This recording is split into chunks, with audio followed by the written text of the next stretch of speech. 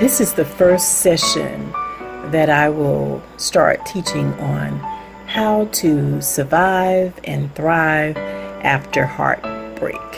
I'm pulling these notes, these tips from things that have happened in my own life, things that have caused me to search the scriptures and find deliverance within those scriptures, things that I've had to do in order to help myself be free.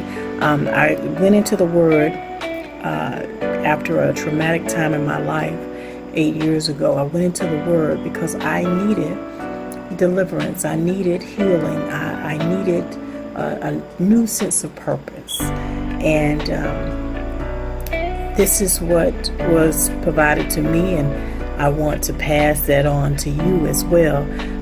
I hate to see people hurting, and I especially hate to see people so devastated by heartbreak, that kind of pain.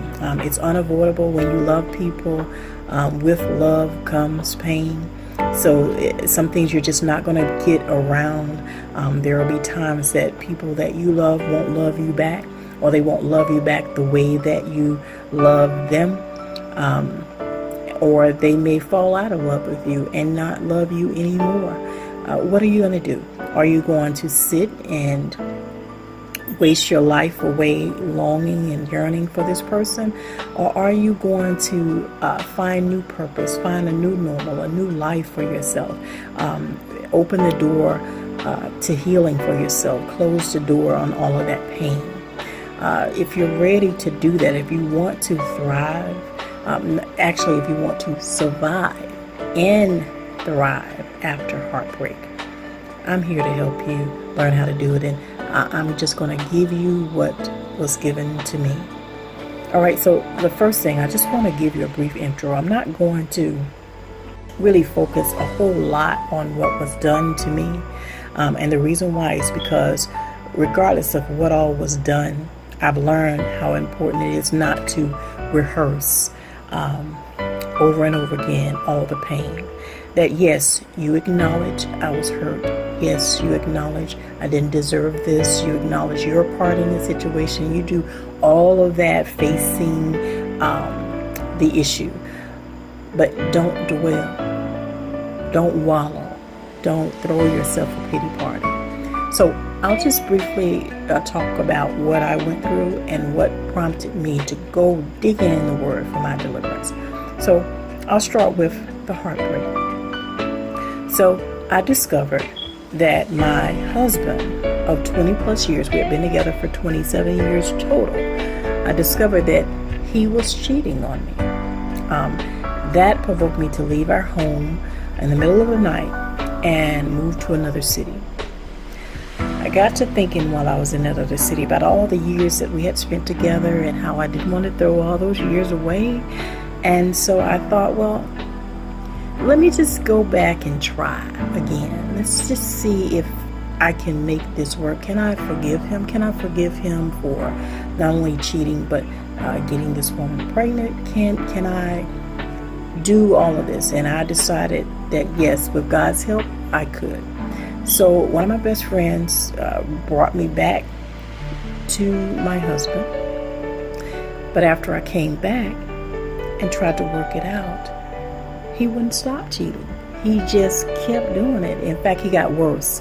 And together with his mistress, they proceeded to just rub my face in their love and rub my face in the infidelity. All that they had done, I was still married to this man, and he was openly living with this other woman. To save myself further humiliation and heartache and pain, I filed for divorce. And now, mind you, I was still in love with my husband when I filed for divorce. But I've learned something about feelings. Just because you love someone, I've learned something about love and emotions. That just because you love someone does not mean that you have to stay in a toxic situation with them. It does not mean that they get to stomp on your heart. It does not mean that they get to have you as their doormat. It does not mean any of those things. At some point, you're gonna have to love yourself. And I decided that if he wasn't going to love me right, then I had to learn how to love myself right. And love myself again, love myself enough to get out of that.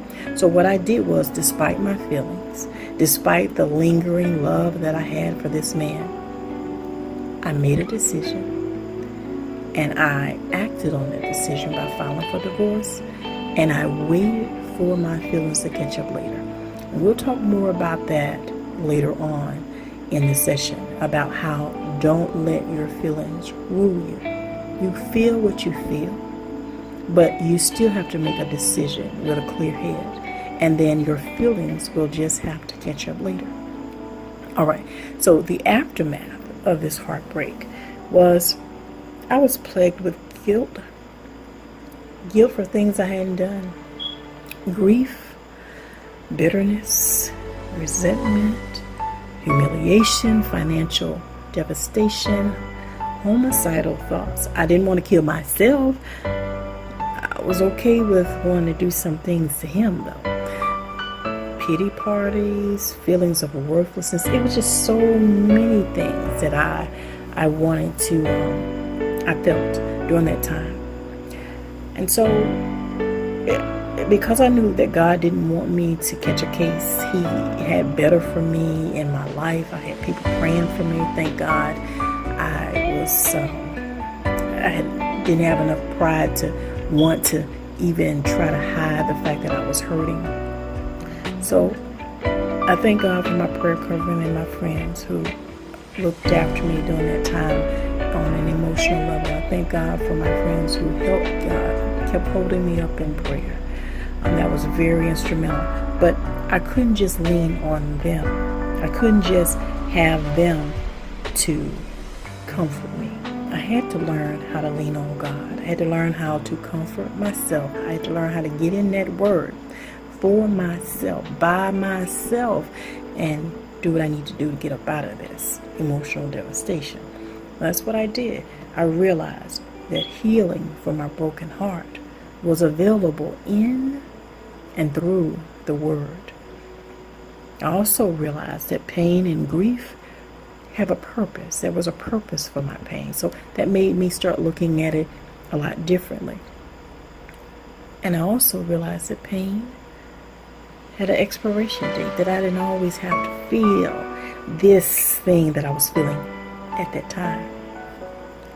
The other thing is that just like salvation, I realized that healing was available to me now by faith. And after I had those realizations, that just turned all kinds of light bulbs on for me, and I started finding out how I could take these things and apply them to my life, and what healing looked like for me, what it looked like walking down the street. So I've given you the background, and now I'm going to give you 7 strategies to survive and thrive after heartbreak. Stay tuned.